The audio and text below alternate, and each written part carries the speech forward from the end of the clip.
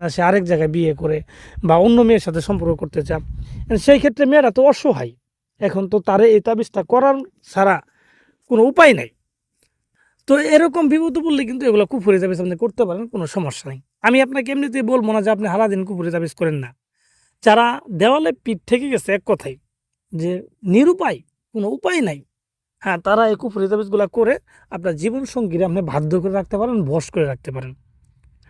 আর এটা কিন্তু একবার করলে, মানে একবার যদি করেন জীবনে, এটা আজীবন থাকবে। যতদিন সে বেঁচে থাকবে দুনিয়াতে,